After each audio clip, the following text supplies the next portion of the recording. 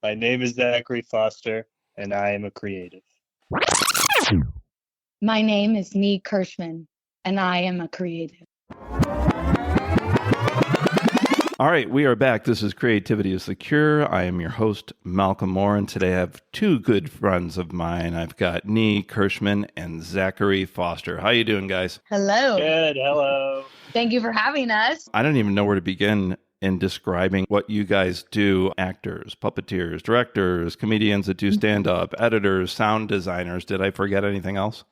Oh, wow. We Writers. we like writers. We like to hang. We like to do stuff as like Gamers. We're hardcore gamers. No, that I didn't know. That's awesome.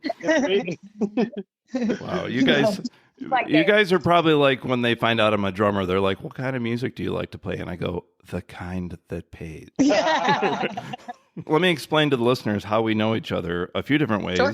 Obviously, we have all worked together with Tom Caltabiano with his Mr. Clown show, which has now turned into Hello, Hi, How Are You? We'll talk about that later. When I had my own show, Mr. Malcolm's Music Factory, it was a live theater thing, and we had this great cast. We had Victor Yerrid, we had Alan Heitz, we had Matt Ritchie, we had Christian Anderson, and we have Genevieve Vladi, who I really love for puppeteering, but one night she couldn't make it, and I was like, oh my God, what are we going to do? And so we called Nee, and Nee, is this true? You learned the whole part in 24 hours. I'm a crazy person. Yeah, and you killed it, though, and that was so fun, and you did it so well, like you had been practicing with us all along, so thank you again for that. No, it was such a fun, because I love, our background. Zach and my background is in live theater and stuff and stand-up, and I love performing in front of an audience, so I was really grateful to be like, have it. And to work with those guys, right? Those guys are the best of the best. Yes, yeah, no, exactly. I'm still learning from them as much as possible. All right, so before we get deep into what you guys do, I want to go back in time. So let's start with Nee. When was the first time when you were a little girl that you were like, oh my God, I thought of an idea in my head and I brought it into the real world? Oh, wow.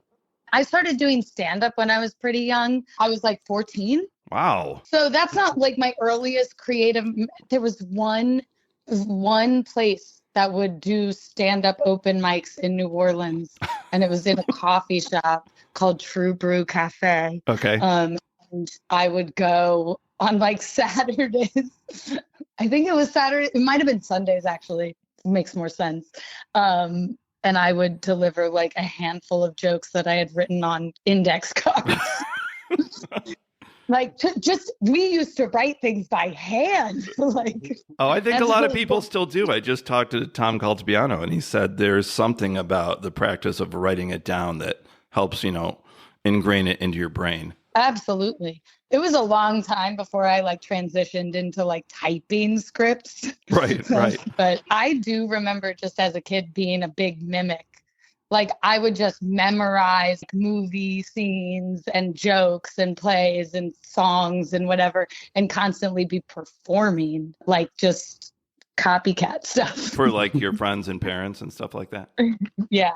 Anyone who would watch me. and this is still true if anybody's interested. Yeah. What about you, Zach? It is true. What's your first memory of being creative? My first memory of being creative, it's split. It was a very young, between 3 and 5. I have memories of both loving to draw at restaurants. I was asking and using that mat to draw. And then also I used to, once I found out what a joke was, I remember getting on the bus for preschool and making up a joke to tell my mom before getting on the bus every day. And they awesome. They were never, none of them were good. But they would be a rework of the chicken crossing the road, and I would just say anything basically. But you're trying new material with your mom before the bus arrives. Yeah. She's gonna be pondering this while I'm at school. But yeah, those are my first memories, is drawing on restaurant mats and trying to pitch new jokes. I remember Christine and I. We have 2 boys, like I was telling you earlier. When they were younger, God. There was a restaurant where they had it made out like that. Like not only would they have mats for kids to draw on and do games and stuff, but maybe it was Macaroni Grill. The tablecloth was set up for kids to draw on. I thought that was really cool. Oh yeah, I would love that. Every time there was a table mat, like paper mat, and they just gave crayons, that was my favorite. I would always request that restaurant. I'm like, I literally don't care about the food, but I need crayons The place so for I drawing. so I can scribble on this brown parchment paper. Yeah, and look where that's led. Now you are involved in professional coloring books, among other things. That's true. That's true. Plug. All right, so for both of you guys, let's start with Nee again. Were your parents creative? I do think of it like I think about what my parents have given me creatively. And one was that they didn't get mad at me whenever I like painted on the walls. Wow. Which I did frequently in my bedroom, and they were very chill with that. And so I think that helped. That they definitely never like Tolerant for creativity. inhibited. But my mom used to always draw me like personalized cards. That's something I got big from her. And then also my love of words, language is from her. Yeah. And my dad is just a monster. That explains a lot. I mean, my also, dad is very fun. My dad is funny. No, my dad is a jokester, and also I would say my love of attention comes from him. Yeah. And Zach, what about you? Yeah, both of my parents are very creative in very different ways. My dad was an art teacher for his whole like career. He's retired now, and he paints, and he likes to paint on slate rock. He does both like abstract creative, but then also like nature scenery, and then he paints on old satellite dishes because he likes the way like the different natural textures kind of distort images. Wow. So he's still to this day, he's mostly a painter. He draws. He was in bands. And then my mom is a very creative in a different kind of way. Like she's an avid consumer of the arts, and she likes to make paths in the woods, and then she likes to put strange things throughout the woods for like a immersive experience. Oh yeah. It's like almost like a Cristo, making art of the environment. That's pretty amazing. Yes. And she's very like tongue in cheek with it. Like she found an old rotary phone, spray painted it gold, like nailed it to a tree that has like a view down like a tunnel, and put an alien at the end of it. Wow. And, like, that is awesome. You pick up the phone and pretend you're like calling and talking to whatever higher being you want. Oh, so man. Very different creativities, but yes, they're both very, very creative people. And my dad's more formal, even though he likes the bizarre, and my mom is very free flowing. It sounds like both of you guys grew up in a appreciative environment. Yeah, 100%. Definitely. Let's think about creativity. Do you think creativity can help people that are struggling with anxiety or depression? I think that it has proven to be a very healthy cope for us. Yeah. Around that. Not to spoil anything. Yeah.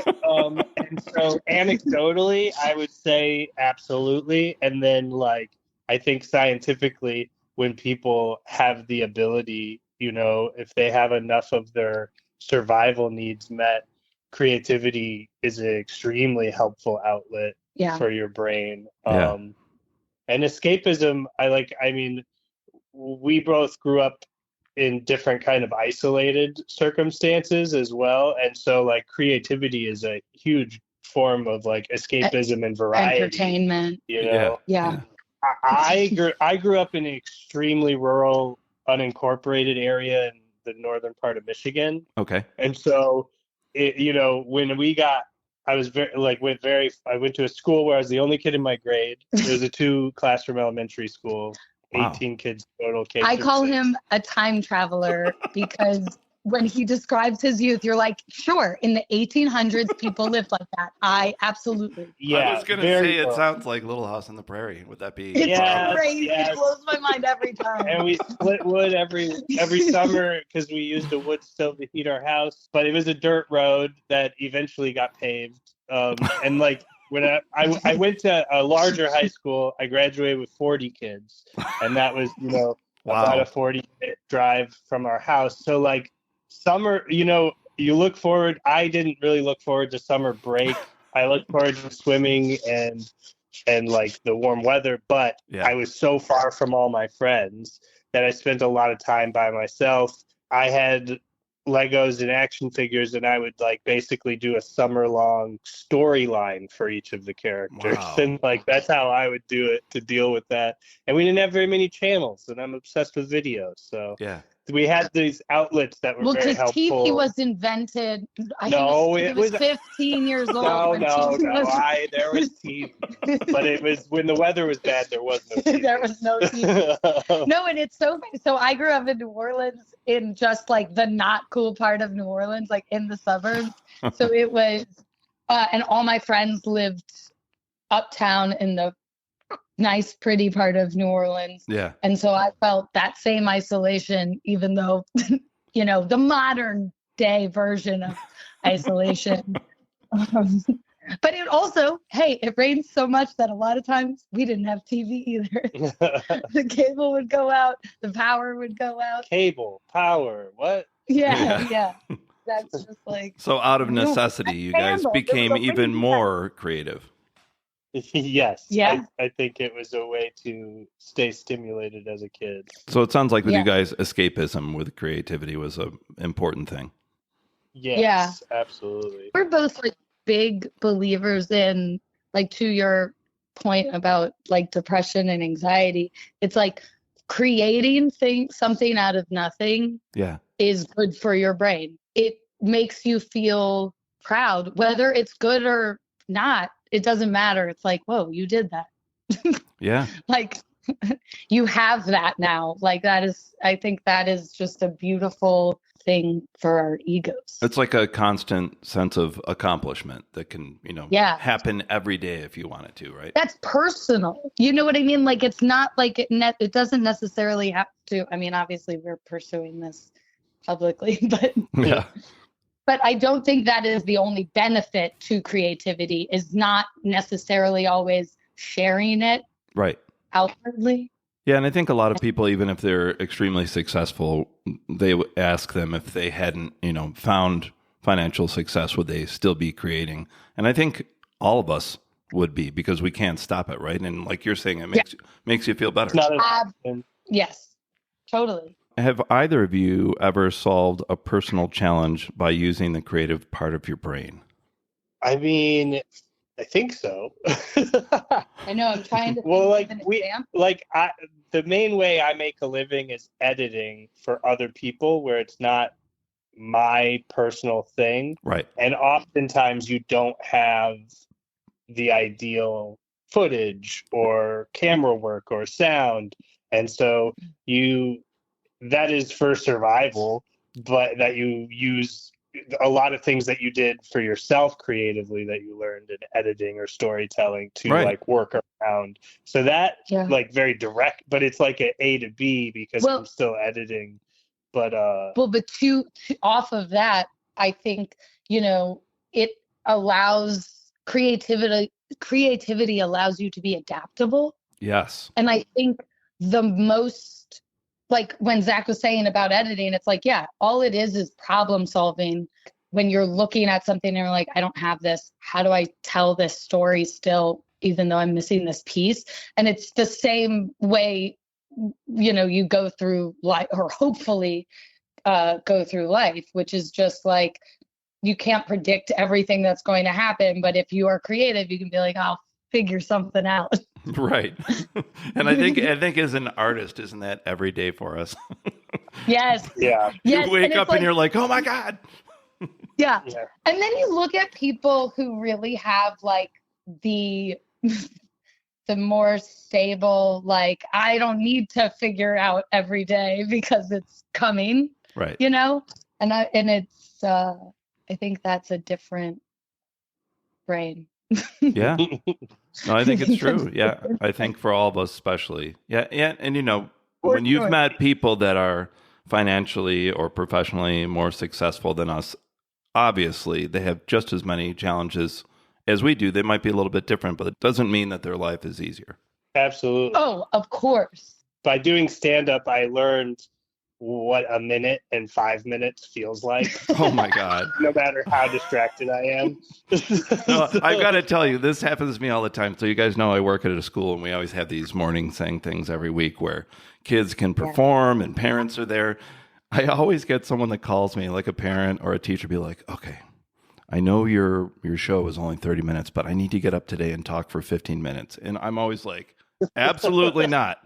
I was like, you can have 2 minutes, because people don't realize, how long it is when you're up there. And so for you guys as stand-up comedians, I think it's the most brave job in the world. I don't know how you guys have a thick enough skin. I've been with friends of mine that perform. I've seen famous people perform, and it has got to be the hardest job out of there, unless you wanted to make a living maybe as a poet. So right. What is it like for you guys? Like, tell me a little bit about doing stand-up and trying material, and how many minutes are you comfortable with getting up there? Well, full disclosure, we've been off of stand-up for a little while now. We ran a show for 5 years. Right. But then when the pandemic happened and we came back and dabbled again, we just haven't. We've been doing this show and other things right now, so I'm not confident about any amount of time. I would do time if it was offered to me, but that's about it. Yeah. But so if someone says, Zach or Nee, you got to get up tomorrow and do 10 minutes, is that intimidating, or is that easy? Is it only 10 minutes? It's both. Yeah, it's like I can definitely fill 10 minutes. Yeah. Like, it's not good.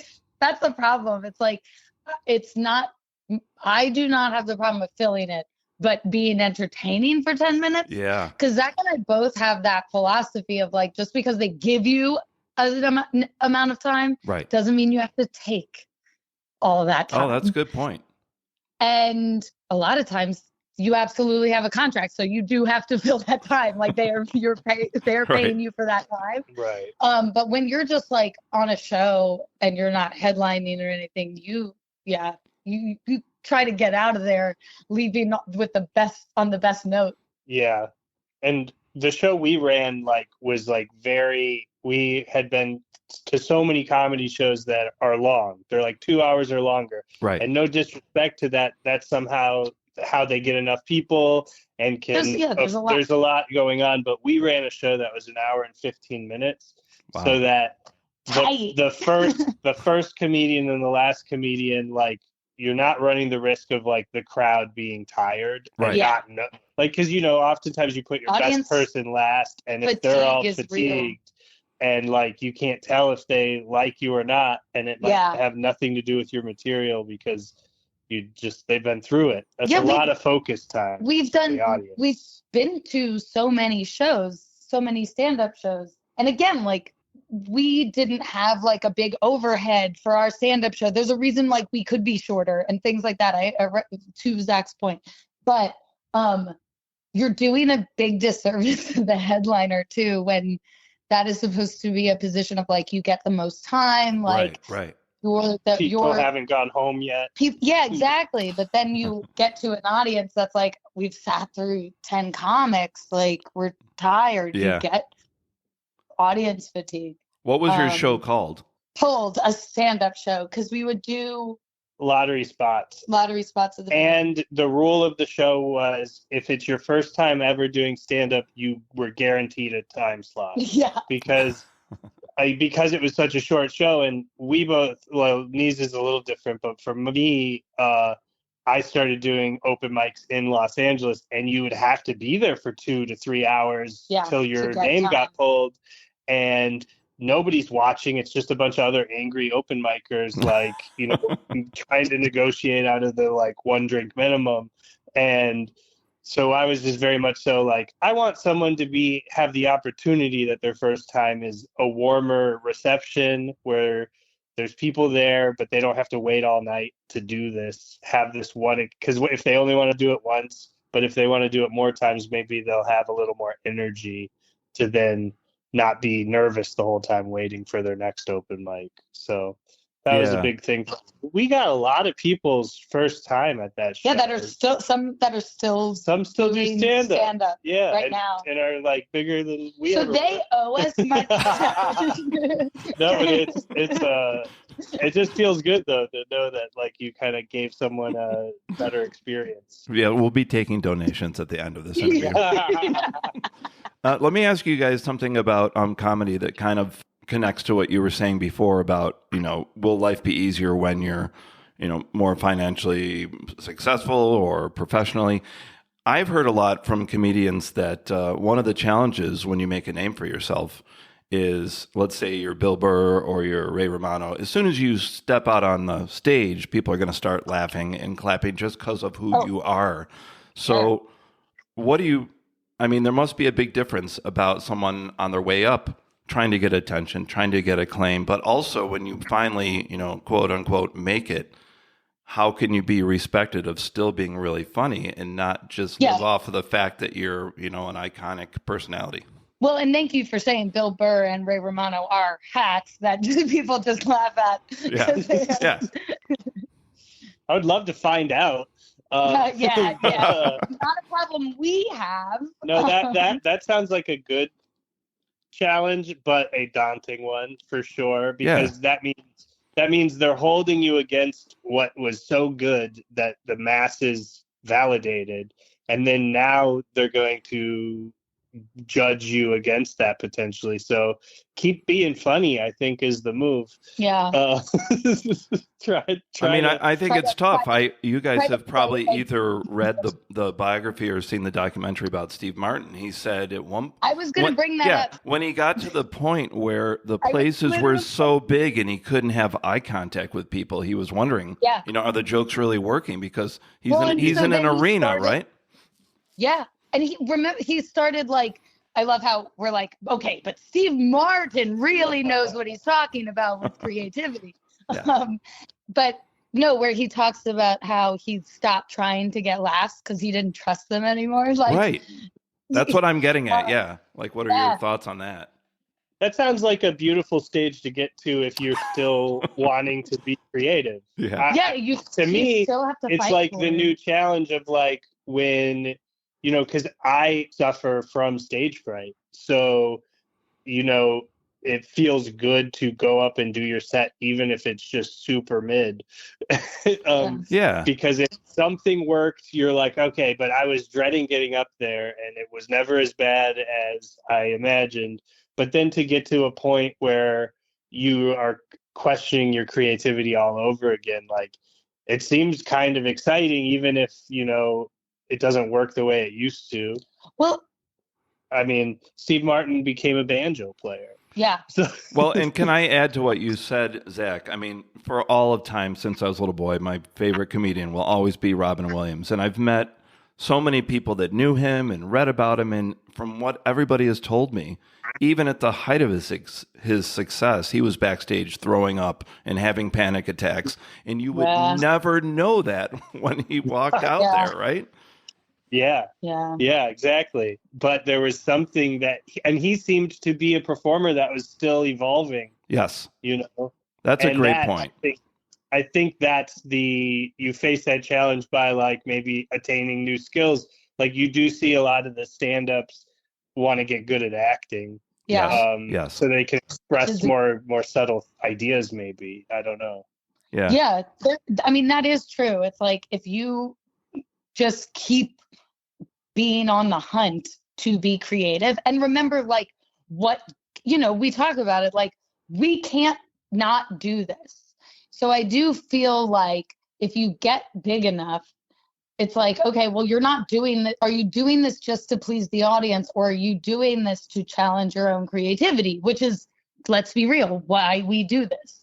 is like trying to be better at it every Yeah, time. I think that's great. Like constantly expanding. I've got a good friend. His name is Justin Wade, and since I've lived here since 2013 and been friends with him, he's always been a great stand-up comedian. He's on a lot of commercials, but finally, he's on that new show, The Pit, and he's astounding. And here's a guy that has always been funny and great at what he does, but to move into a serious role, a major thing, and actually pull it off must be great for him creatively. Yeah, for sure. Heck yeah! Shout out Justin. Yeah, that's very that cool. is awesome. I went to see a friend of mine perform at the Comedy Store, and I'll never forget. They're like, "Oh, we have a special guest," and Sarah Silverman came out, and she had, just like me, she had some index cards, and she totally bombed. I mean, everybody was happy it was there, but she was saying right in front of us, "Okay, all right, that didn't work." But I think everybody, they have to go out and test it before they take it on the road, before they make their Netflix special and stuff like that. And I think to be that brave and be ready to fail is pretty cool, that you're willing to do that to get to the height that you need to. Yes, and I also feel like people sometimes think that you get to a point where you've got it figured out now, and it's like, I don't think so. I think you're always searching for the because it's not easy. Like, as much as it looks effortless, if it's good, it's not. Right. And yeah. Go ahead. Once you crack the code, the audience sees it too, and then they evolve with it. Their literacy goes up. Right. And so you want to always be trying to show something new, I think. I mean, you don't have to, because there are plenty of people you can just count on. But if you're trying to be creatively changing, you want to keep evolving with the literacy. Yeah. What do you guys think about as artists get older? I'm going to bring it up again because I'm a drummer. One of my favorite drummers, his name is Steve Gadd, good friend of mine. He plays currently for Paul Simon and James Taylor. I mean, he's played with everybody. But I've noticed as he got older, he has simplified his playing. And I think this goes for all artists, that you get to the point where you can make a connection with being even more subtle. So you could be an actor like Anthony Hopkins and or Helen Mirren or someone like that. Do you see that in the type of work that you guys do, when someone can impress you by doing something subtly instead of just packed with a million things? Oh yeah, definitely. I mean, we like it in both directions, right. I think. Definitely. Can you give me an example? Well, I love, you're a drummer, so you might not like this, but I really love the movie Whiplash. Oh yeah, and that great movie. That is a very, it's a very stylish, extremely well made, but it is a very direct story. Like, it is not throwing anything too crazy at you. Oh yeah, and because of that, I feel like simple story, but emotionally impactful. Yeah, it affects you on a deep kind of level, without it being super, it's not abstract really at all. And so, then I also love Where's Waldo pictures, and they got a lot going on. Very complex. Well, let me just say one thing about Whiplash. Because I'm a drummer, everybody's like, yeah, I saw Whiplash. I have mixed feelings, though. I think the movie is incredible. Artistically, it hits all the marks and stuff like that. And you know what? I'm 55. So in the 80s, I started as a jazz drummer. I got to meet Buddy Rich. So I was playing those songs. So I can understand what's going on. But what bothers me, because I'm a music teacher, is I don't think that you need to be an evil person that crushes someone's soul to bring the genius out. I think there might be a better way. I had a music teacher that encouraged me, and and that's what bothers me about that, is that you have to be awful. But an archetype, because I think as a society we're obsessed with that idea of just no. You have to be beaten into submission before you're great. Yeah, it's been proven that being positive is more productive and helps more people. Yeah. But I think it was to show that he was going to go no matter what was The in drive. front of Yeah, him. that's actually a great perspective. Like he was going to achieve what he wanted to, and no one was going to break him down, Yes, right? I think the teacher is a villain. Like, like he is a villain. Yeah, he's a in demon. the movie. He's a demon. But on the Miles Teller side of it, on the creative side, you like. I believe his character name was Whiplash. Yeah. Well, listen, on the flip side, to go back to Robin Williams, I found this great interview that Mark Maron did with Robin that was right at the beginning of Mark's podcast. And I think it's only in YouTube. And this exemplified something I loved about Robin. I've met a lot of really funny people, professional, famous comedians, and a lot of times I'll see one of them talk to the other person, and one of them will say something funny, and the other comedian won't laugh. They just go, "That's funny." I always thought that was a little bit weird. And what I love about Robin Williams is when he was around other comedians, he would become hysterical. He would laugh at their jokes and made them feel good. And I kind of wish I would see a little more than that with less competition. Do you guys ever think about that? Zach and I are in constant conflict because Zach's not a big laugher. And I'm a gregarious laugher. I love laughing. I think laughing is a beautiful thing to do. And Zach is really silent right now. Zach, No, I agree. By the way, he makes you work for it, No, so you then love the challenge. I agree with what you're saying, though, of laughing more. And I do try to laugh more, but then trying to laugh is like its own thing. It's like less of a laugh. I love a good involuntary laugh. Yeah. Sure. But I agree that in general, everybody should be more generous with their laughter. Yeah. I'll fake laugh anytime. I hate that. Like groundlings, when you like do groundlings or upright Citizens Brigade, when the teachers are doing the fake laugh, that just makes me cringe. Yeah, well, I took UCB classes, and so did Nee. That's how we went. I went to a workshop where one of the founders was doing a live workshop with like the Herald teams, and it was a full house of people that wanted to see him coach them live. Yeah. And he starts yelling at the audience for laughing at like ironic, because there's always an improviser that just does jokes instead of does the scene. And someone came up, does like two jokes, the audience laughs. He comes out and goes, "Stop, stop, stop. Those are bullshit laughs." Oh, I don't know if you were editing this. But those are, you're hurting these performers. You're hurting yourselves because you're laughing at things that don't work and aren't funny. And it was like this, like, such an interesting thing to immediately say after laughter. Right. But that had become, like, what he was complaining about, I think we could see where there was, like, safety jokes that for some reason the audience kept laughing at. But yeah, I'm worried though that was part of the show, almost verging on like a Andy Kaufman performance, like someone having a meltdown to be funny. I wish he was just trying to steal their thunder. Yeah. He absolutely, the teacher couldn't stand the children. He was grumpy the whole time. That's what I'm saying. He's like, how dare they get laughed? Yeah, it was. I mean, if it was name names, Zach. Well, there's only a few founders. He was on the original show. We know.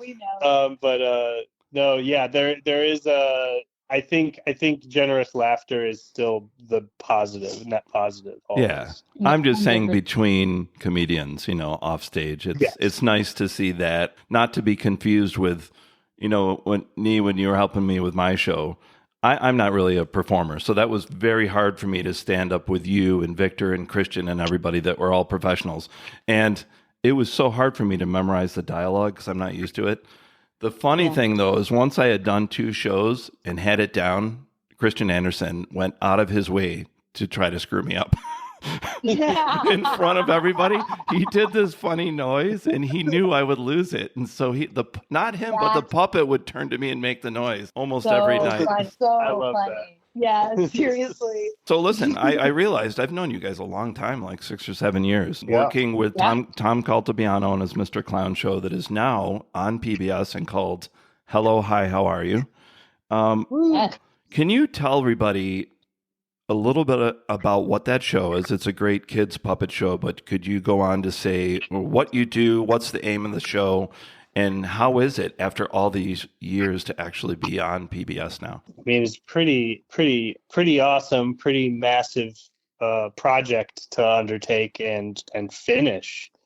Yeah, we're mainly surprised we finished. It was a lot of work. You guys, man, if anybody, other than Tom Caltabiano, if anybody paid their dues, it's you guys. Thank you. Yeah, we just finished editing the show mid-February. So it's now like all episodes are out and up on PBS. But to describe the show... Yeah, describe the show, Zach. Well, it's a Talk whimsical puppet talk show format, that is kind of structured in a way that can take you in whatever direction to expand on the letter of the day, the word of the day, the new piece of like kind of scientific or geographical information. Okay, so it's educational too, right? Yes. But it's just but it's also we really wanted to make a show that we would have liked. Right. As kids. So we wanted to. But what does that mean though? What kind of kids shows do you like? I mean, we grew up in the 90s with like cartoons that were fairly surreal. And also like just having, before we did the show, we spent a lot of time, me and Tom, doing live shows on Zoom for kids during the pandemic. Hundreds. I remember. Yeah, exactly. Your class often. Yeah. And I think that's where, when there was that instant reaction back from the students, we were able to really see the non-linearness of the way kids interact and like how to keep attention and keep it fun, but still be learning. And like, also, I know that's the big way we figured out this runner about Mr. Clown making mistakes. Yes, that is the biggest thing. I remember with my students, they would love it when he said things incorrectly. Yes. And it's so, and when you see it happen with kids, you're like, oh, because they're learning. So this is empowering them with knowledge. Right. Like it really, where kids are like, no, we know the right answer. And so I think that's kind of this beautiful, so we have this whole thing in runner in the show of Mr. Clown making mistakes, but it's good to make mistakes because that means you're learning. Right.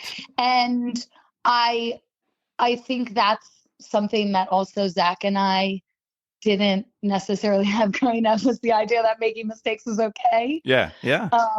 And we really wanted to put a positive spin on how to deal with that. Like it is a positive thing to make mistakes. It's not scary. It's good because you're figuring something out. And I think the balance of a lot of those early videos was, I mean, let's be honest, Mr. Clown was the goofball, silly guy, and you were Tommy Tomato, who was the straight man, who had this connection with the kids on the screen, like looking like, what is the matter with this guy? Yes.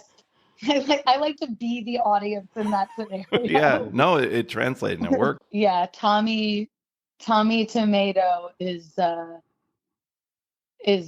always confused by or exasperated with Mr. Clown. Well, let me tell you what I love about your show, and I would rarely say this. I mean, I'm a little bit older than you guys. I grew up, 70s and 80s watching Sesame Street, Muppet Show. It was like the heyday of high quality, really good kids puppet shows. And for me, from being a little kid to being a young adult, and my wife, Christine, and I had kids, and seeing, puppet shows through their eyes and stuff like that.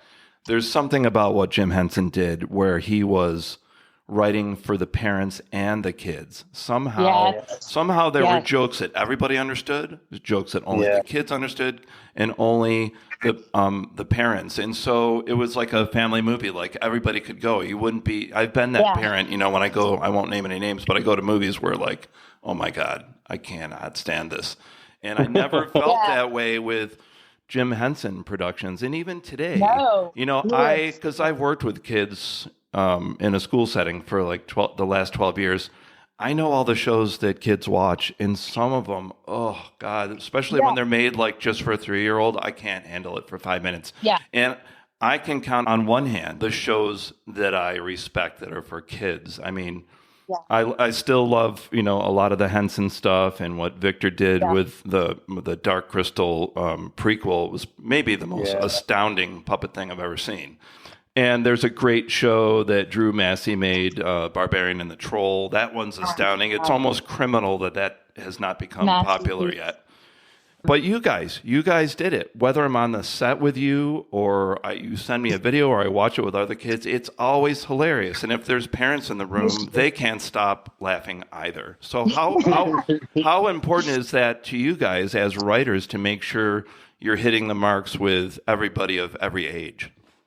That was constantly on our mind when writing it. Was like, come on, we don't need to just we're not filling this like a lot of kids shows with just what technically needs to go in there. We're trying to be funny, have runners, create dynamics. And so, I mean, that was like always our goal was like, we want a show that kids love and parents don't hate watching with their kids. Yeah. Like, cause same, Malcolm, like Zach and I both definitely grew up where there was children's entertainment that we can watch now as adults and be like, oh my God, I didn't even get that when I watched it as a kid. Right. So that's great for an adult. It gives you rewatchability, one. Yep. And also like, we have a lot of respect for kids and kids entertainment. And I think a lot of times you will hear people be like, the excuse is it's for kids. It's like, right. You have an opportunity to give them something good, fun, engaging, like that challenges them, that respects them, that is hopefully funny. We didn't want to make like a cynical show. We wanted to like. Oh, that's a good point. I mean, obviously I can tell that, but I didn't know you thought about that, about avoiding being cynical. It is super positive at a time on the planet where maybe not everybody is. Yes, exactly. Yeah. Including ourselves, which is why we want to put something better out there. Yeah. Yeah. And it is, we have gotten feedback from kids and their parents are like, oh my gosh, like it was so fun to watch with them. And like people will pick out different things that they respond to, but that's also part of the show is like, we have, there's a lot happening in it. We try to cover a lot of ground. Yeah. And you guys have made it so if you watch repeated watching, you will catch more things every time, which is great. Yeah, hopefully, that's the goal. That could be the ADHD, but I think because of what's going on in the world that we were talking about when I called you up, I think everyone is now ADHD. I think everything's coming fast and furious right now. Mm-hmm. I love the cast and crew of everybody working on this show, including you guys, some of my favorite people in the world. So I'm going to give you a name of one of the performers, and you give me a memory or something you like about them. Are you ready? Oh, wow. Yes. Love it. Christian Andersen. I mean, you can give endless stories about Christian Andersen. I'm going to talk about the crickets. Talk about the crickets. I love the crickets. He made the dancing crickets, and we weren't expecting it to be that kind of apparatus because we gave exactly what we wanted, but it is also, there's so much room to interpret. And can we, really quick, just about puppets, because Zach and I both love puppets. And I think people don't realize that a lot of times when you are building a puppet, you have to figure it out like as you go. There are patterns for puppets, but once you're like, hey, we need this to do this, people are like, okay, got to figure this out from scratch, to that creativity point, Well, and let me just say before you finish this, a lot of people don't know that are not, seriously into how puppets work. They don't know about that there are people like Russ Walco and Christian Andersen who are not only phenomenal puppet performers, but they actually build their puppets, right? Yeah, they build their puppets and they are making the patterns themselves. And there is an endless well of creativity, and it's such like puppets are so fun because there is such a collaboration of different art and different minds like that. You have to be like, I need it to do this. How do you figure it out to where a person can still man this from this? Like, it's a wild, A lot of trial and error, right? Yes, a lot of trial and error. So Christian built these cricket puppets because we threw some puppets at him, or some plastic creatures at him. Yeah. He had to cut pre-made cricket things apart and then re-glue them with pulley systems so their legs could kick out. So they could, it was in like awesome. a conga line, because we have this runner with crickets in the show.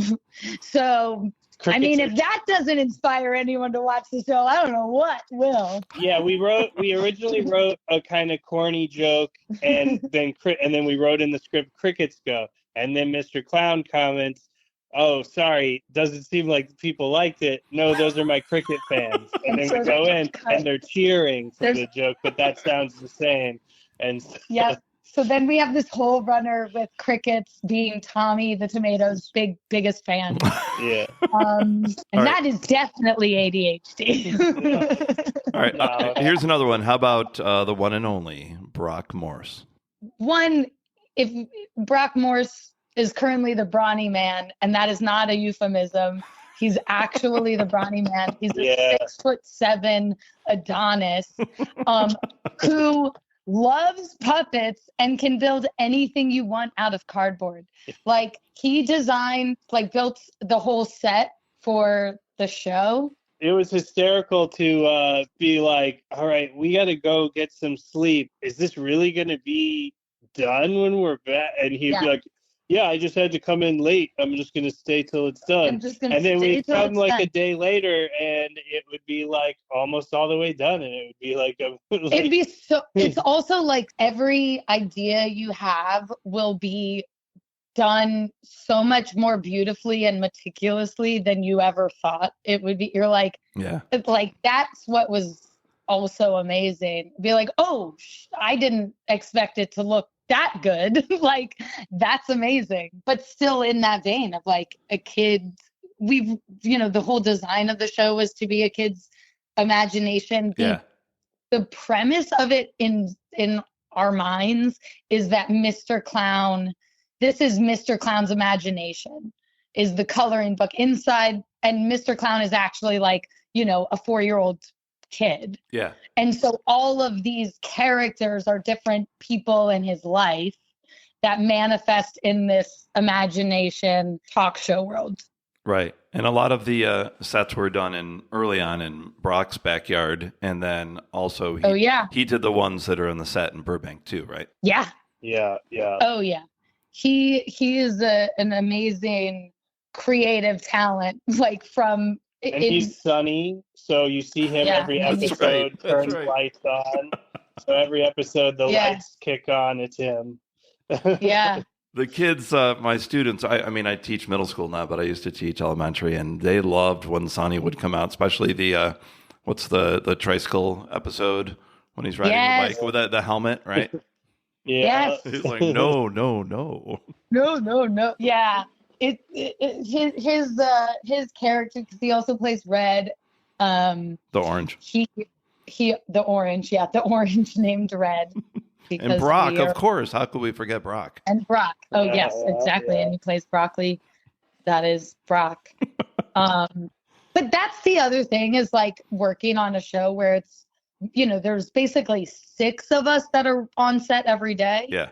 I think at max. It was very small. So we're all doing multiple jobs on the set every day, which I think is helpful. Like, for my brain, even though there definitely became a point where it was overload and burnout, it is nice to have like different things to bounce around to.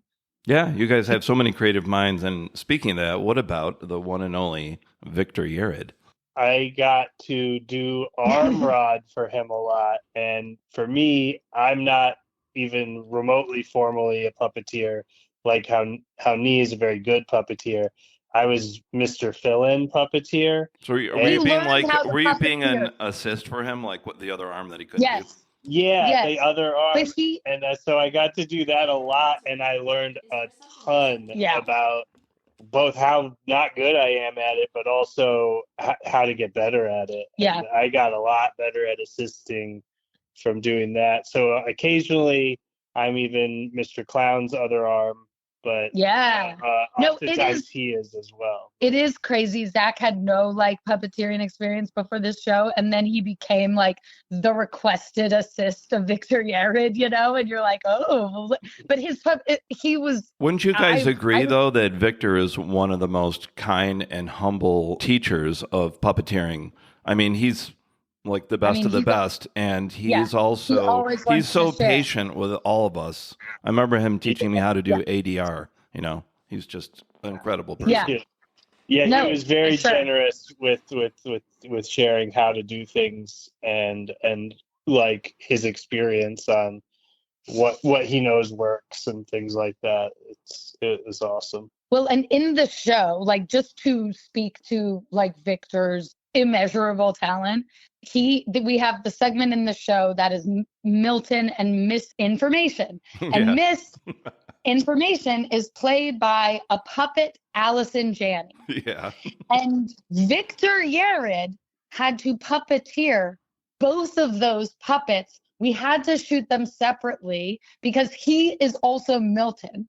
So Allison Janney's lines were pre-recorded, and then we had to time it out to where Milton, because it was all green screen, so we have to put them together on the screen. Yeah. So they have to still interact with each other. Yeah, they're comped together. Like they're comped together. Both of them. Yes, and it was all timed, and like they look at each like it's a really cool thing when we got into the editing and we're like, holy it works. Yeah. It works. Oh, can I add to that a couple things? Victor and I are both percussionists, so I appreciated how precise the rhythm of his performing is, and that's partly how he taught me how to do ADR when he helped me do a video one time.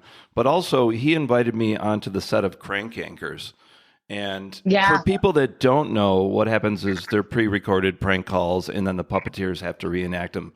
But it blew my mind that these people were not only memorizing lines, but the rhythm and the timing. I cannot even conceive of how they pull this off. Yeah. Crank Yankers, I had visited him on that set as well. And I also did. Yeah, well, Zach wasn't, he was my guest. What? No, and it's one of the craziest things to watch because they'll have like, you know, they have 2 sound stages going and like 17 sets built at one time. Yeah, when I was there, they were producing 2 different episodes, and Victor was walking back and forth, and I was like, you've got to be kidding me. Yeah, crazy. So, because not only, it's not like they prepared one skit, you know, and we're like, okay, and that was my work for the day. No, they have like multiple that they are doing and performing to this perfect rhythm every time for multiple different sketches. You guys are just so lucky to have him on the show, because not only is he one of the coolest people in the world, but his experience of working in any, you know, entertainment environment has got to be invaluable to you guys. Oh yeah, it was super helpful. It was super helpful when we were doing something, let's say, he might not have wanted us to do filmically because it might not be ideal. He would still typically have a good like advice or solution for how he can technically achieve it under not desirable circumstances, which is what we were constantly doing because it's such a small and ambitious project we were doing. He has, but you know, the thing is, he has such a humble approach. I have a lot of times, like I wanted to make a video for kids and I'd written a script or I'd seen that you guys wrote something. And there's, you know, I can see how it would come off the wrong way if he'd say, here's a funnier way to do this to some people. But he has such a kind approach that, and if you know Victor, you know if he changes lines or what you're going to do or blocking, it's just going to work. Yeah, definitely. We like improv in those, especially when you got someone so good, so polished. You obviously wish that you could you could instill that kind of knowledge and ability, into everything. Into every, But into and so everyone. yeah, I mean, every time like he raises it up, and it's fun to see how alive a puppet can get. Some of my best memories of you guys is when we'd be getting ready to do a shoot, and it would be Tom and Nee and Victor roasting each other, and it was so cruel but so funny. And part of me was like, I hope nobody recorded this. Well, and someone was. I have a couple, but they will never see the light of day. But they're so funny. No. Okay, another name, somebody that's been helping you guys do all the music, the one and only Rick Marotta, who is also one of the best drummers in the world, most famous for playing on the Steely Dan song, Peg. What is it like to work with him? And Nee, I remember when you came up with the original concept for the song, Hello, Hi, How Are You? And then Rick kind of expanded on that, right?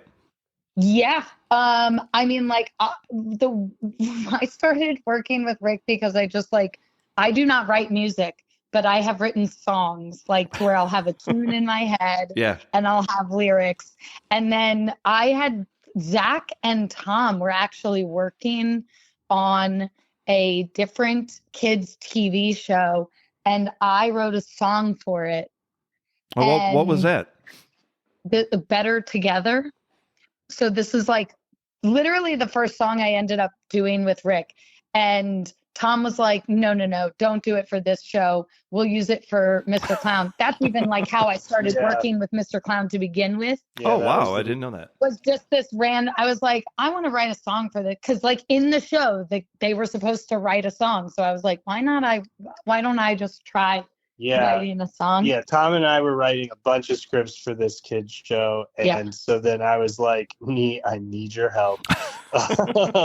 and then she was like, I could do a song for this actually. Yeah. And wrote this song, and then it was really good. So it was like. So then we ended up using it for Mr. Clown. Yeah. And I worked with Rick, and then I wrote so that was like where I had the tune and the music, and then or the song, the lyrics, and then Rick actually made it a song and did music for it.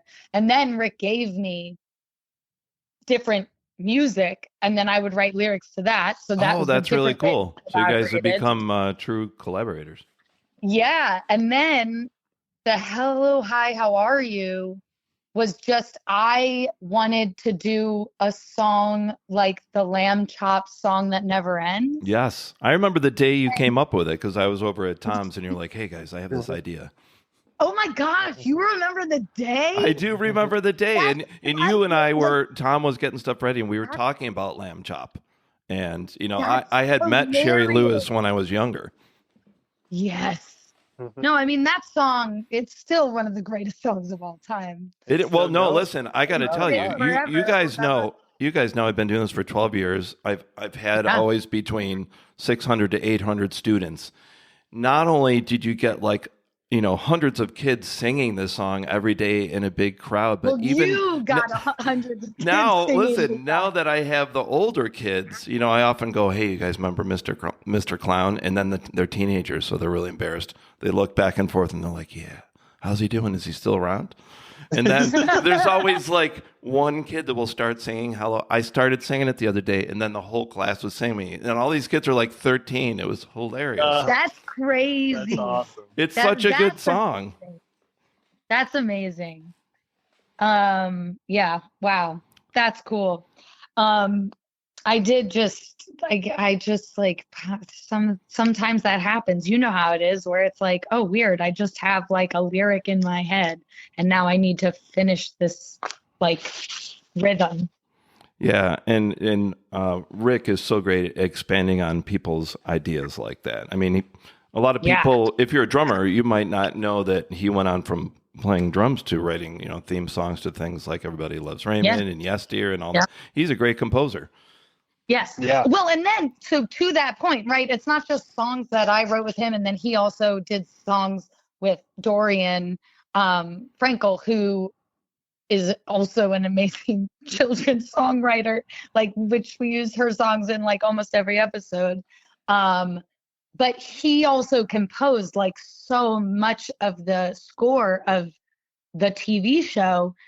And it would literally be like Zach and I are editing, we do a sequence, and I'll be like, hey, Rick, can you do like a Indiana Jonesy adventure theme thing for this? And then you send him the thing, and he'll send you back the score, and you're like, yep. That's what we were looking Yeah, for. that's okay. And it happens so fast. You're like, okay. And when it's custom, it just elevates things to Yeah. So yeah, it's very cool to have someone at your disposal where you can just be like, can you please do this?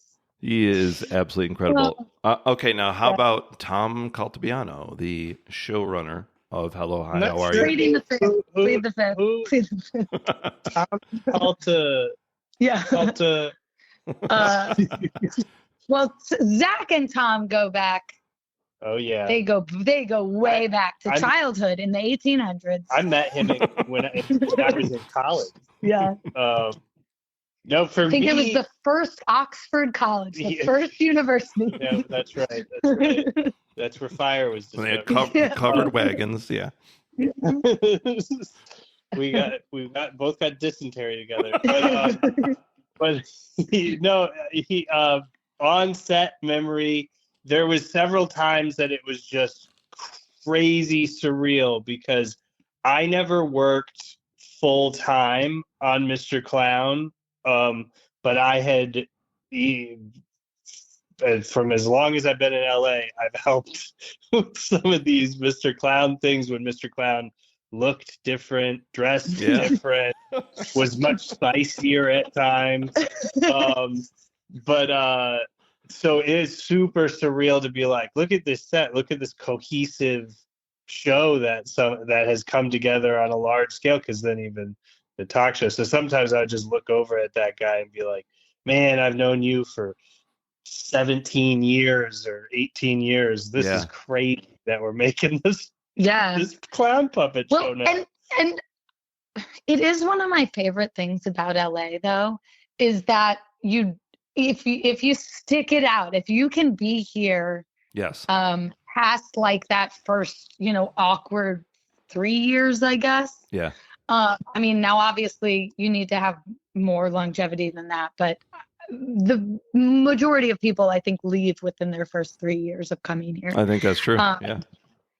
You just like fall into things because you've known people, you're working, everyone's hitting things at different times. Right. And you never know. You just don't know where relationships will lead. Like Zach and I are editors that we lucked into like making that leap into a profession because we taught ourselves how to do it like at the perfect time, Yeah. Yeah, it's just very interesting. And I think that, the fact that Zach and Tom, and I know Tom through Zach, like that is how I met Tom Caltabiano. Right. But like, I mean, the memories of Tom, it's like endless. You know what I want to ask you about is, I mean, because I was a teacher, I've done hundreds of live videos with Tom with my students. And I've seen everything go right and everything go wrong. And one of the things that was really cool is seeing his puppetry develop over the several years that I've known him. And one of the things that always shocked me is like, it would be great when we do a live video and you'd be there and Brock be there and Victor would be there. But a couple times it was just me and Tom. And I knew for a fact that he was doing Colonel Corn and Mr. Clown or whoever else he had on the table in front of him. And at first, he didn't do the voices perfectly, but after a couple of weeks, he had everybody's voice down. Yeah, for sure. No, Tom is like the endless entertainer of like he will find the pockets. If you build it, he will host. Yes. He will make you bread too. He loves to host in every way. Yeah, he's a good host. Oh yeah, he will host with food. He will host with entertainment. He will host with puppets. Wow. Okay, so outside of the Hello, Hi, How Are You environment, I want each of you to tell me Who in your mind is one of the funniest and most creative collaborators that you've ever worked with or met, or maybe just someone that you enjoy watching their work? So, Nee, who do you think? Who's somebody that inspires you, an entertainer? Okay. Well, I mean, the cheesy answer is Zach. Well, that was my answer. I was going to choose myself too. Yeah. No, but it is like I've learned so much about collaborating from Zach. So I very selfishly am just like, like I have gotten so much from my creative collaboration with Zach. But honestly, who most creative? There are so many creative people right now. No, but I want to. I want to think of who comes to the top of your head right now. I know there's. I want to. Well, I was going to say you, obviously, because we collaborate outside of Hello, Hi, How Are You all the time. We're just partners in every time. But way. Also, my Mom Out of Bullets people, Dave and Donnie and Adam. Those are all people that I love to express myself video-wise. So the people that you guys work with are probably your biggest inspirations. That's what you're saying, right? Yeah, I mean, we love consuming art. It's hard to say of like a distant person. A distant person. I know a person that inspires me a lot is Tyler, the Creator, which is hilarious. Yeah. I'm like, he is a person who has attacked entertainment from so many different directions. And I think that's something that Zach and I have talked about a lot. Like working on Hello High was one of the most creatively satisfying things I've ever done. I'm not going to speak for Zach. And so much of it was because, we wrote the show with Tom. Okay, that was insane. We wrote the entire 10 episodes in a month. Our brains were fried. After that, we were building sets. Like I got to build the Meeps like miniature set. And I remember I spent hours like cutting up the popsicle sticks to like make this wood floor for the panels. And it was great because it was mindless, but it was still creative because I'm using my creativity to like figure this thing out. But then it's also just time and effort. So what you're saying is it's using every aspect of your creativity, every aspect of your soul. You're not just doing a puppet, you're doing every level. Yeah. And then it's like I got to perform, it was nice because it gave you a break from each of the other things. Cause I think my brain does like having that different thing to bounce to, because it allows me to like dust off cobwebs of a different part so that then I can go back to the other one with new knowledge. With editing, that's a whole other thing where you're like, okay, and now we're rethinking everything we shot and what can we do? Because the show ended up still very different from like what we wrote. Well, let's be honest, the editing could possibly be the most important thing because the jokes will not fly unless you edit it correctly, right? Yeah. And it's that is what got us into editing. I think why is because we had comedy background, so we could deliver jokes in the editing that people were like, wait, this is funny. Yeah. Right. Have you guys been inspired or learned anything from the guest stars that have been on the show? Oh, the men. Nah, sure. I don't think there's anything we could have learned from Allison Janney or Kate Micucci or Maurice LaMarche or Ray Romano. Yeah. Like Phil Rosenthal. I mean, it is insane. Like give me one memory of somebody who inspired you. One of those people that you just named. Okay. Well, I will say Allison, we shot the whole first like opening of Misinformation in probably, I think we had 2 hours, maybe 2.5 hours with her to get like all of this material. And she hits it every time in a way that you are like, and it's memorized. Like, it's all memorized. She memorized it like before she had to film it. Yeah. Like right before, and then goes through it. And it's like looking at her footage, looking at everything. You're like, how are you so funny? Yeah. Like, how did you deliver? And then you're like, because she has been doing this for a long time and is one of the best at it. That might be one reason. Yeah, but you see it, and that is something that I was like not expecting. But when you see it, you're like, there is a reason, like. Because I think a lot of times people will look at film and be like, well, it's not like a play. You don't have to do it all. You're doing multiple takes. Every take doesn't. And it's like, right. I understand that theory, but like, no, this is a skill that is completely different. It's a different skill. It's a different muscle. Yeah. And to watch someone at the top of their game was nuts. How does it feel when you write something and you get somebody of that caliber to deliver your lines? Does that feel really good? Yeah, I cried. I mean, like, it's very cool. It's very validating.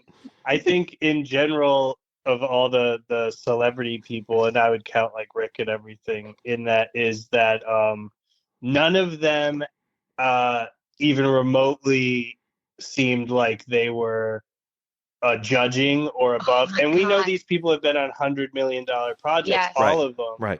And none of them like even implied that they were like better than or slumming it. And so like with Ray, it was hysterical because he had the least comfortable chair. It was like breaking in the middle, and then we put a 50-pound book on him. That's just a real book. It's not a prop. And he was just like, oh my God, this book. And then we're making him do nonsensical sentences. And then he had to come up with one with us on the spot so we could do one more. Because we forgot to write one. And it was just like, look at this guy not caring. But not only not like it. Yeah, I mean, to that point of like, I watched his segments, the big book of silly sentences. he's tortured up there. He's tortured up there, but the delivery is so good. Like, it's so much funnier when you see, like, that is the greatest thing about it, where you're like, oh, when something's funnier than you thought it could be. Yeah. And Ray, his faces. I'm going to give myself a shout out in that when the animals are crossing, I'm the second half of the crossing. Oh, yeah. Where Brock hands the creature's tail. Oh, yeah. Me. And then Ray at the end of each one of the sentences would go, Zach, and then throw the paper so that I knew to watch out for it. And then we just keep doing that cycle. Yeah. And, oh gosh! And Nee is the spider in the scene. Oh yeah, I played the spider. Claire the spider. Oh, yeah. So that's her. What's the name of the spider again? Claire. Claire, obviously. Claire the spider. That makes sense. Usually the characters in our world do have names that like makes a reference to whatever they are. And then for Claire, for the spider, we're like, Claire. It's awesome when like animals have human names. I always like that. Yeah. Totally. And Kate Micucci also voices, other than being animal control, she is the voice of Nori, the narwhal. No, I didn't know that. Oh my God. And it is crazy because Victor puppeteered Nori, and his most of the time. Yes, his puppeteering's amazing. And he was doing the voice. But then when we would drop in Kate's voice for Nori, it takes it to this other level where you're like, oh my God. I wanted to ask you guys, I was really pleasantly surprised to see her. How did she become involved in the show? That really caught me off guard. I had no idea you were working with her. Oh my gosh. Oh my God. Well, so this is a Rick Marotta connection through John Oates, because, Kate Micucci was from the comedy duo Garfunkel and Oates. Oh, okay. And so she, I guess, is also friends with John Oates, and that connection then got her to meet Tom. That's and so then bizarre. So bizarre. too. Yes, and then obviously Tom works his magic, and she also works with kids a lot, and so I mean, Crazy generous with her time. Yes, her time and her talent is like it was so fun. Like, also, just thank you for asking these questions because it's making me flashback to these moments of, like, because we've been we shot the show in about, I would say 35 days, and then it was That's me. insane. Yeah, it was a lot. And then Zach and I, and Nee built almost the entire schedule too. oh yeah, like just even on a technical front of figuring out how to block shoot the show, because the set we would tear down and rebuild we in the same block spot. shot that show. So like even that level of producing was mostly Nee.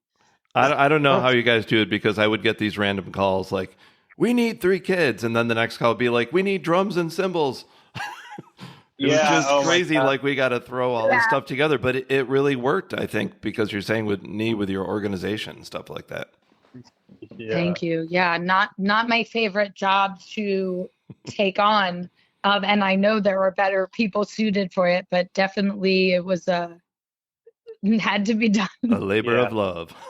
A labor of love. I mean, everything in the show really was. But like, I'm thinking about, the day Kate showed up, because we shot with her over like a half day. Mm-hmm. We did all of animal control, and like, so much of that is benefits from the fact that, like, Zach and I also knew we were going to be editing a large. So we knew we could drop her into the window at different times. Exactly. We knew we could use the things. We're planning for, like, solving problems as well. Of like, oh, we'll be able to use we can cut into the window for this if something messes up, because we're shooting so disjointedly. Yeah. With her stuff. But she's. I hope at some point there's some bloopers. I'm sure you guys have a lot of them. Oh, we've got. Yeah, I've got one that I want to do that is, you're holding your arm up for a long time with the puppet, and so you see a lot of them drop straight down when you hear cut. Yeah. And so I want to have movie lights fall and hit them on the head as they go to the and just do a whole compilation of that. At least on YouTube, you got to make a blooper reel. I think that'd be great. Yes. Yeah, we do want to, that's definitely on the agenda. Yeah. But yeah, you got us our kids band, which is one of my favorite. Oh, that's awesome. It's one of my favorite things in the show, because all 3 of them. They were so good. They're so good. Awesome. Yeah, we had Wes and we had Sid and Bella, and they were just 3 very unique but really fun kids. Yes. Oh yeah. That's what I like. It wasn't 3, like, each one of them was so different in the show, and was a perfect, like, gave us so many perfect cut points. And we're also, this was not something that any of them really had a lot of experience doing.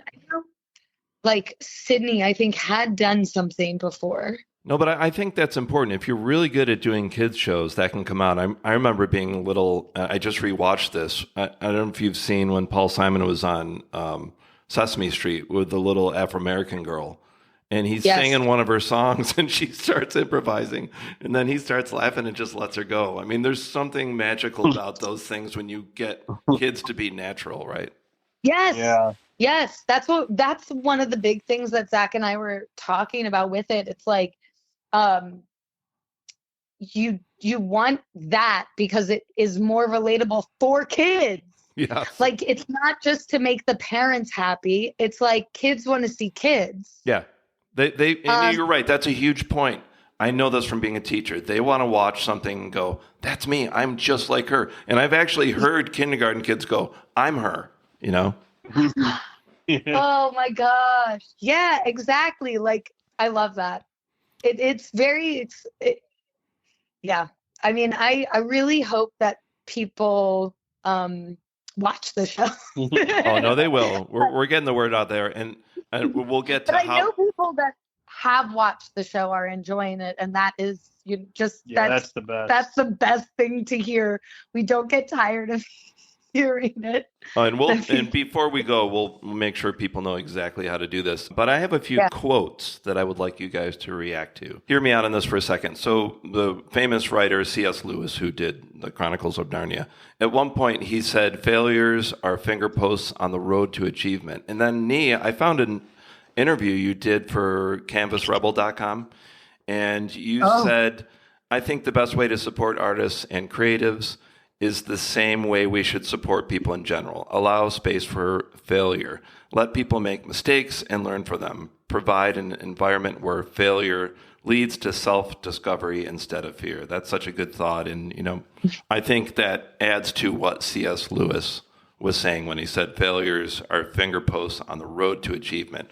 So what is your response, both of you, to that of dealing with failure as a creative person? I forgot I said that. So so I disagree with it completely actually now. All right, moving on. I learned, I used to ride BMX when I was in junior high and high school. And there was a BMX quote that I always liked: "If you're not falling, you're not learning." And I've carried that. So I wholeheartedly agree with the C.S. Lewis quote. I think the Nee not remembered one, that's BS. Just to be clear. Just to be clear, no, I'm an idiot. I think failure is an essential part of the human experience and learning, and hopefully you can take something away either consciously or subconsciously. Yeah. I mean, and I will say, I'm terrified of failure. It's something that, but I will never stop because I can't stop. I am not more afraid of failure than I am of trying, but it is we have to fight our own fears of failure because that's where the fun stuff is. Yeah. Dan Harmon talks about how the easiest way to cure writer's block is to try to prove that you're a bad writer. So instead of because that's the biggest fear, right? Is what you're going to write is garbage. So you're terrified of writing garbage because in your head, you're like, this is good. This is good up here. But once I start writing it, it's going to be garbage. The execution, that's tricky. Yeah, right. So he's instead of trying to show you're a good writer, show that you prove that you're a bad writer. And then you've eliminated that pressure and it is the thing that I know I struggle with a lot of just do it. And the show is a big part of this. Just do it. Yeah. Yeah. Failure equals growth. Failure equals growth. Absolutely. Now, on that same theme, one of my favorite writers is this female monk. I don't know if you've heard of her. Name is Pema Chodron. And she once said this: "To be fully alive, fully human, and completely awake is to be continually thrown out of the nest. To live fully is to always be in no man's land, to experience each moment as completely new and fresh. To live is to be willing to die over and over again." Wow. Yeah, that's definitely beautiful. I would definitely strive for that and struggle with that in actual practice time to time, because it's we're always in a pursuit of being more present so that you can be that way, because that's how you get your best human experiences. But as creatives and as people living in a society, sometimes it is very hard not to get caught up in the goals and the hustle and bustle. Yeah, I think living in the present is a great idea, but I think we all know that easier said than done, right? Yeah. Yeah, but that's why it's such a powerful quote, is because the more you can, the better your experience can be.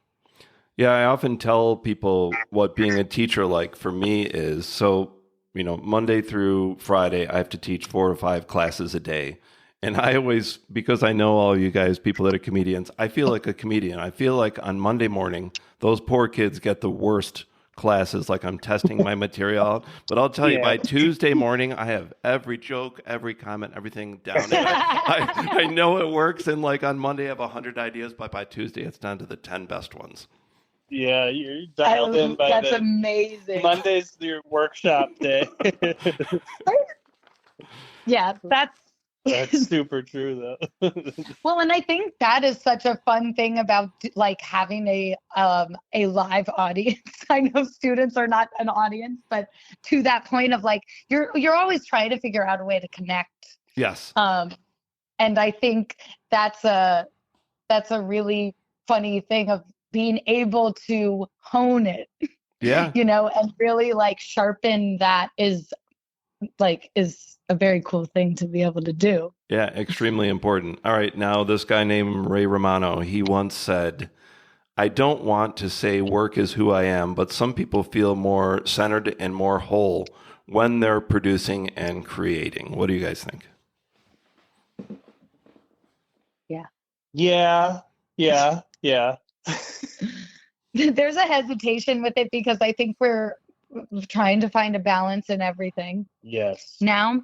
And so having something of like, I'm not a whole person if I'm not creating. I personally identify with but it, I do identify with but I don't necessarily want to encourage that as a hard pass. Yeah, we're couching this response. We're like, okay, hold on. So this is us, sure. Yes, I am addicted to being creative, but my name is Zach Foster, and I am a creative. How do I quit? How do I quit this? All right. So moving on, I want to help you guys promote everything you're working on. So first of all, Hello, Hi, How Are You is a kids show that is, what is the easiest way to watch it? On pbs.org or on the PBS app. And you can search Hello, Hi, How Are You? And it comes up. Yeah, it is. Yeah, on the main online and the app. So whether you're using the app on your phone or your iPad, or you're searching on Google on your computer, or you turn on your TV and you're a member of PBS, you can get it any of those ways, correct? Yes, it should come up if you just search Google. Yeah. All right, and tell me about MamaOutOfBullets.com. So MamaOutOfBullets.com is a website.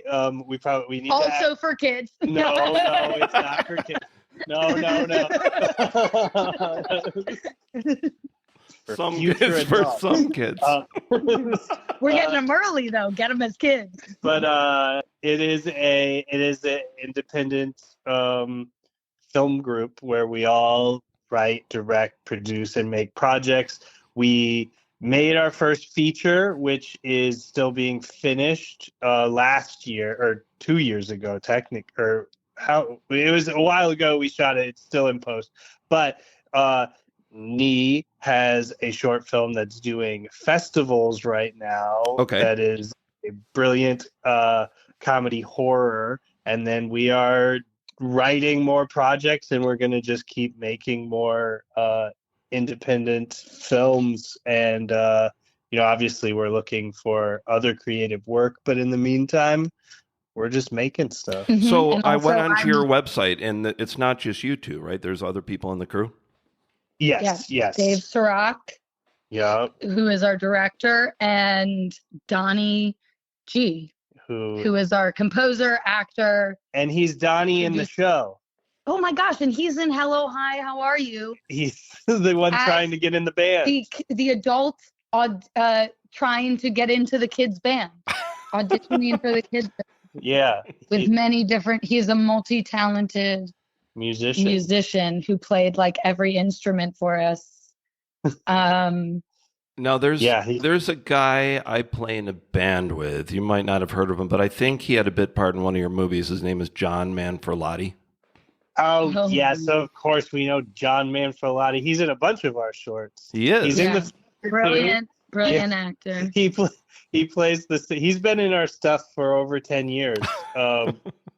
Yeah. Because he's a good actor, and he's Very always good willing actor. to do it. So like we always have him be the uptight authority figure in our stuff.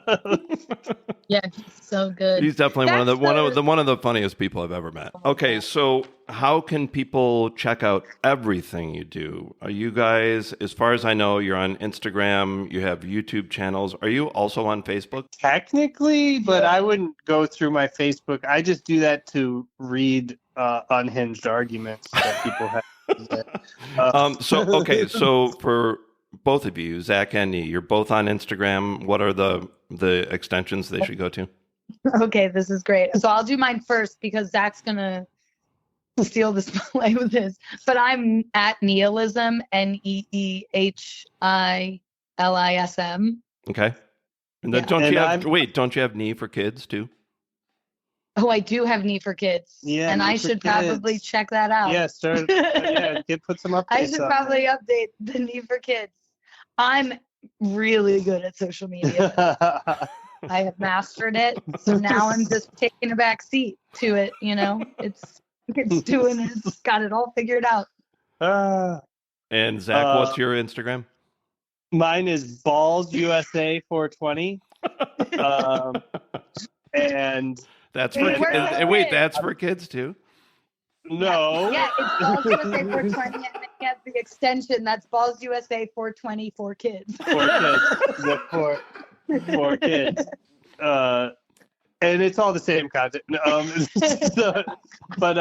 I don't engage heavily with it, but every once in a while I'll make a little joke post or a post of Nee appreciation of Nee post. And then also Mama Out of Bullets on YouTube. We have all of our shorts up there that if you're into, genre dark comedy stuff. A lot of stuff about TLC, right?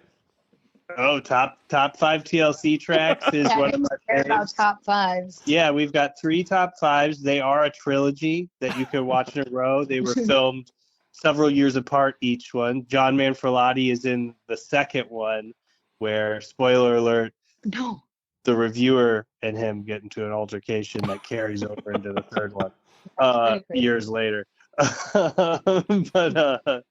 But yes, they're very subversive, satirical shorts, and then look out for Scissor Sleepover, which is Nee's short that is so good. We can for kids. We'll send you a private link so you can enjoy it now. Wait, so once again, it's called Scissor Sleepover.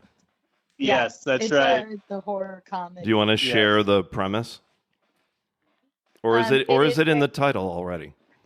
Well, sort of. It basically is a group of girls having a sleepover where a prank goes wrong, and then chaos ensues. That's right. Bloody chaos ensues. Any other things you want to promote that you're working on? I mean, if we're looking for writing work or representation, all right. But we're very creatively satisfied. Obviously, we just want to keep upgrading. All right. Yeah. All right. Well, thanks very much, Zach and Nee. This was really fun. I think we should get together again soon for a part 2. Would you guys be willing? Heck yes. Absolutely. This was amazing, Malcolm. This was so fun. All right. Great to talk to you guys. See you soon. Thank you. You too.